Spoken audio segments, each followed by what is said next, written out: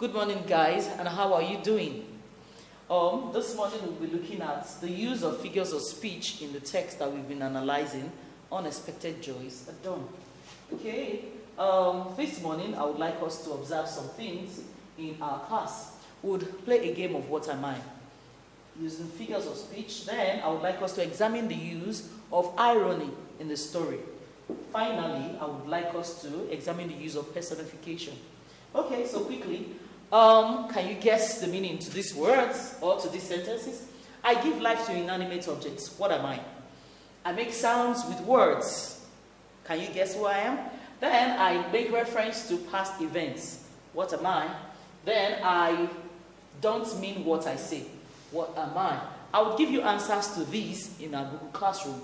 Okay, so looking at irony, the use of irony in this story. You know, I've told you before that writers use a lot of literary devices to make their work literary. One of the examples of irony in this text is Massa's death. After Nee has done so much to take care of his wife, who has been sick from the beginning of the text, at the end of part 1, she died.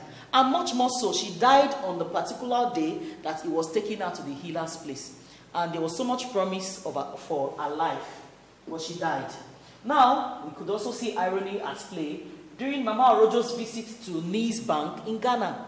When Mama Orojo travels to Ghana just for the sole purpose of seeing her brother, she was in the same bank hall, and in fact, most painfully, somebody went to see Nee who came to see her, yet they missed each other. That's so much use of irony. Then, we also have Nee running away from his sister, Mama Orojo, whom he was looking for. He was running away from her while he came to Nigeria just because he was looking for her. But because of mix-up fates, he was running away from her. In fact, she thought he was an armed robber.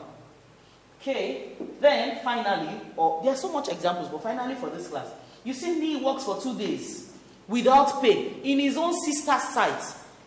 If you were the one, how would you have felt? That was so much use of irony. It was brilliant of this writer to have used irony like that.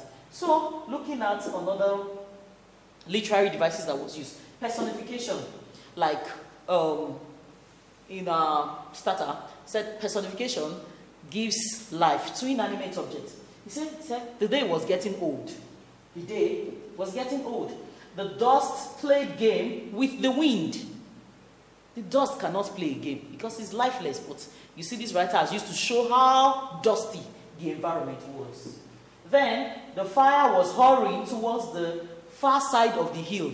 Can fire run? No. But this writer has used this to show how literary his work is. Finally, the door moved backwards. Can you see that? The door moved backwards. Okay. Lastly, in this class today, we look at the use of metaphor. This is a nation on wheels. This is a nation on wheels. These are all examples from the text. I will tell you the page in our Google class. It was still a tree stump. That's describing somebody and his attitude and a tree stump. Universities are museum in pieces. Universities are museum in pieces. It's very important you understand the use of these literary devices so that very soon you too can use them. Thank you very much for watching. Let's meet up in a Google class. God bless you.